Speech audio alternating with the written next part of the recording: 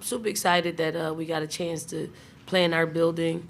Obviously, the energy that our fans inserted into the building really helped us get out to a fast start. And other than a small portion in the third quarter, I thought we put together and executed a nice game plan.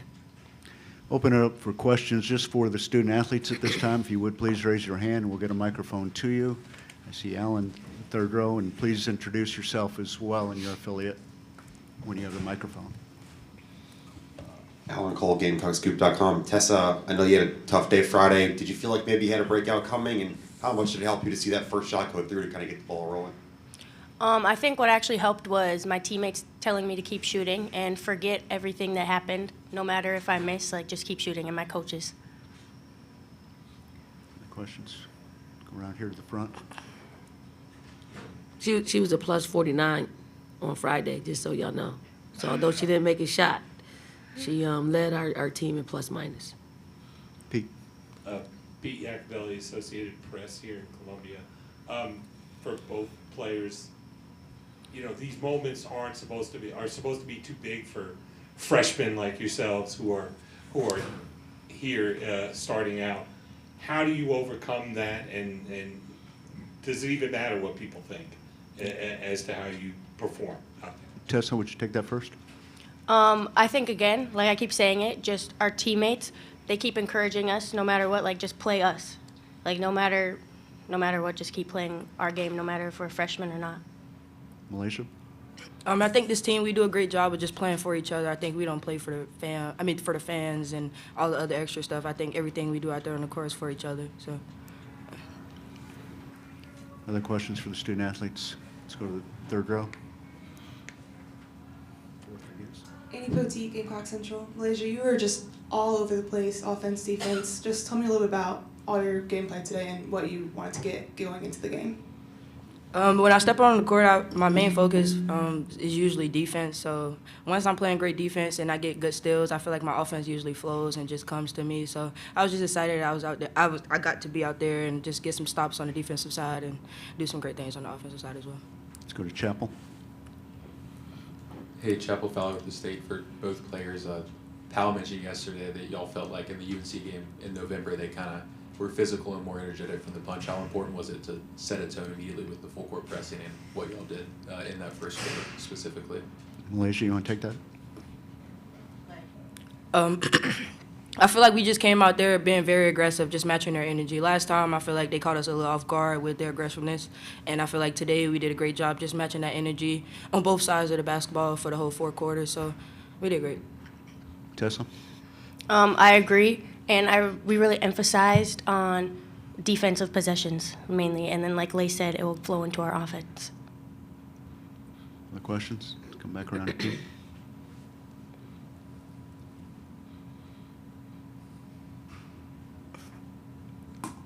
Hey, for both of you again, what does it feel like going to the Sweet 16? Not everybody gets this chance. Tessa?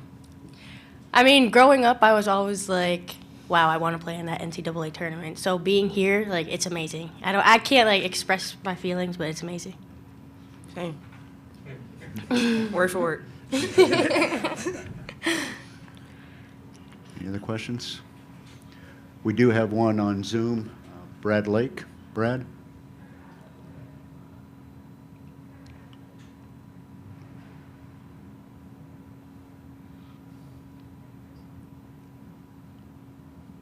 Yes, hi ladies, it's Brad from WNBA Swift. Can you speak of your success under the boards today? You guys had 54 rebounds. What led you to have that advantage, especially on the defense? MiLaysia, would you take that first?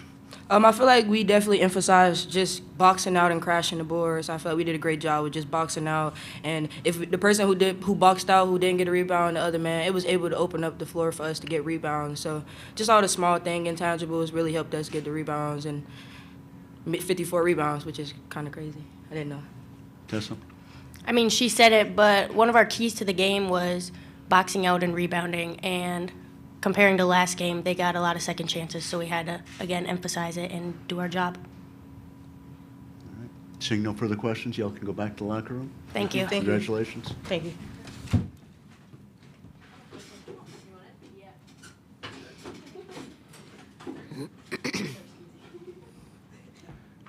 open up for questions for Coach Jack. Staley at this point. Please raise your hand. We got Alan. Referee.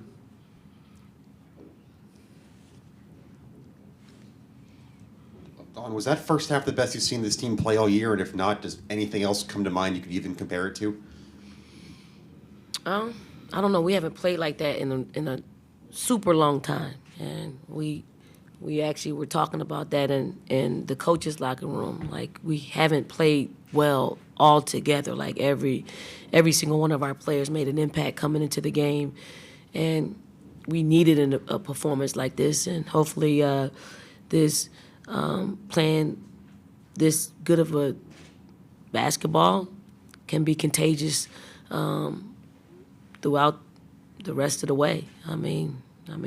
I thought we did a great job of just being aggressive on both sides of the basketball, just locking in to make sure that this wouldn't be our last game. Pete. Hey, Dawn. I know a few years ago, we had Aaliyah and Zion here regular to talk to them when they were freshmen. But how unusual is it that, it's freshmen who are kind of pushing things and leading the way these past few games?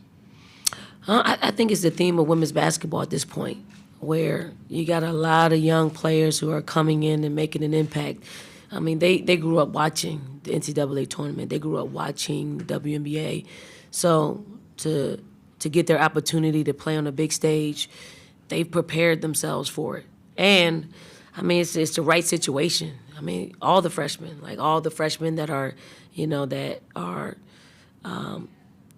that are in the national spotlight, they pick good situations in which they can shine. And although this is a different kind of shine for MiLaysia and Tessa, even Chloe, they see themselves as being integral parts of our success, and they didn't back down from it. Like, they could have easily. They didn't look like this in June. They've built up to it, and they don't have to be receptive to it as well. But I think just the whole entire group allows them to just play their game and be held accountable for not playing their game. So I think it's a cool dynamic to our team. Other questions? Go in there. Fourth row there. No. Right there. Dawn, you've talked about MiLaysia's progression just all season. What did you see from her today in her experience and maturity, and just how she was playing all around? Well, I think with MiLaysia, one, she didn't want to have the type of performance that she had the first time that we played. So I think she had something to prove to herself and something to prove to the game. I think she's wired that way. MiLaysia's super smart. Like, some of the stuff she does out there, like, I thought her passing up an opportunity to go score, to give it to Breezy so Breezy could see the ball go in. Like, that little type stuff is incredibly, like she's aware. She's aware of situations that you really don't think her young mind is really thinking about, and then she performs the way she does. Like, she's not afraid of the moment, no matter if she's playing well or not. She's not afraid to make mistakes. She doesn't like to look bad, but she's unafraid to make mistakes. And for that, we are honored that she chose to make the mistakes and correct them on Gamecock ground. Other questions for Coach? Let's go to Chapel.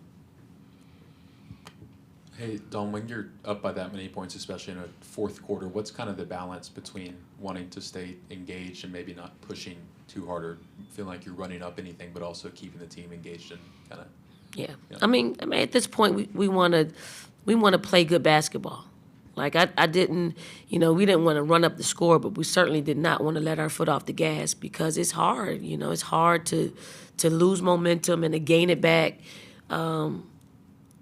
So, no, we were just trying to execute, because it was a different set of players out there that's trying to execute. So they have to utilize the time that they get, just in case we need them in a situation where they need to play on both sides of the basketball and execute what we need to execute. So it isn't it isn't really about the score. It's about how it looks and what we're doing to stay productive. Other questions for Coach? Pete? Don, how aware were the players of, the narrative, the tough narrative that or North Carolina gave you the last couple of games, and they wanted to make sure that they got a working lead and kept on building? Super important. I think we watched some of the clips of that game and saw how physical things were, and I don't think we handled them well. I thought they out-aggressive us, and they didn't want that to happen, no matter how it looked, no matter how it, whether we were efficient or not. They did not want it to look the way that or perform the way that they performed. So I thought the officiating was great, actually, just to be able to allow both teams to play physical, but yet if it got a little bit out of hand, they were in control of it. They were ahead of everything, and they were communicative, and I really appreciate that part of it. Go back to Chapel. Don, what'd you like from Camilla today, and do you feel like she handled kind of the one-game absence well and was kind of back into usual form? Camilla had a hard time with it, to be quite honest. She felt like she let her team down, and she's almost embarrassed by not being able to play. And no matter how much we tried to shake her out of it, only basketball, only getting back out there and running up and down and hearing the ovation from the crowd even got her a little emotional at the beginning of the game. She is she's a kind-hearted person, and it was so much unlike her. So I'm happy that she got over that part of it, and now we can move on, and we'll be at a neutral site, and she can just kind of focus in on what she needs to do to help us continue to win. Any other questions from the room for Coach? If not, we do have a couple questions on Zoom. Brad Lake. Yes, hi, Coach. Congratulations on the win. Can you speak to the dynamic of your bench? You had 51 bench points today, and how important you feel that your bench will be contributing as you make this deep run?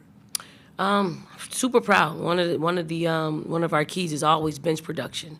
The amount of rebounds and points that they can accumulate, as well as just being able to hold serve defensively and what we want to do. I have the utmost confidence in our bench. We've put them in a position to play all season long. So what they're doing right now is not a surprise. It was built that way from the very beginning, and now they're seeing just some of their patience pay off in a big way. And question from Gabriella Lewis. Hi, Coach. Talking about SEC defense, you have the best SEC defense in the country. Why is it, a lot of teams in the SEC rest their laurels on defense? Why do you think the SEC has built this culture around defense? And then what's distinctive about SEC defense? It's the fabric of who we are as a conference. We know that from time to time your offense is going to fail you at some point because the defense is so good that you either have to make it an emphasis to defend, or else you're going to have a lot of lopsided scores because our coaches are pretty darn savvy. They come up with some incredible schemes defensively just to throw us off balance. And I do think, and I've said this for a very long time, even before we won our national championship, the SEC prepares you to win national championships with how we guard, with our ability to score, because we know if you're able to score against the SEC, you're doing something pretty good. You're pretty disciplined to working your offense, because you're not going to always get your first or second option. So you got to be super disciplined to stay the course offensively. So I'm happy that I get a chance to work in the SEC because it puts us in a position to advance at least to the Sweet 16. All right, thank you, Coach. Thank you. Appreciate it. Thank you all.